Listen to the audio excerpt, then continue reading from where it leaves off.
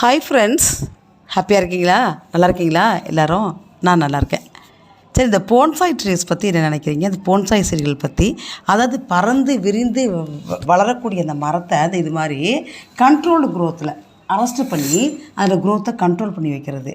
கை வெட்டுறது, கால் வெட்டுற மாதிரி கிளைகளெல்லாம் வெட்டிட்டு, ஆக்சுவலாக அந்த பிளான்ட்ஸில் பார்த்தீங்கன்னா இயற்கையிலேயே ஆக்சின், ஜிபர்லின் அப்படின்ற மாதிரி ப்ரொமோட்டாஸ் இருக்கும், ப்ரொமோட்டிங் ஹார்மோன்ஸ் இருக்கும், வளர்ச்சியை தூண்டக்கூடிய ஹார்மோன்ஸு இயற்கையில் இருக்குங்க.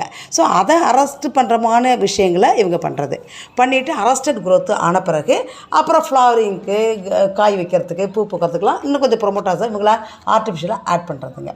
ஸோ இது ஆக்சுவலாக அந்த வளர்ந்து பறந்து திரிந்து வளரக்கூடிய அந்த மரங்களை அந்த அரெஸ்ட் பண்ணி வைக்கிறது, அந்த பிஹேவியர் எனக்கு பிடிக்காது, சுத்தமாக பிடிக்காது. ஸோ உங்களுக்கு எப்படி ஃப்ரெண்ட்ஸ்? ஆனால் இது ஒரு கலையாக வளர்த்து வீடுகளில் வச்சுக்கிறாங்க, பெரிய பெரிய ஆஃபீஸ்லலாம் வச்சுக்கிறாங்க. I don't like this. What is your opinion friends?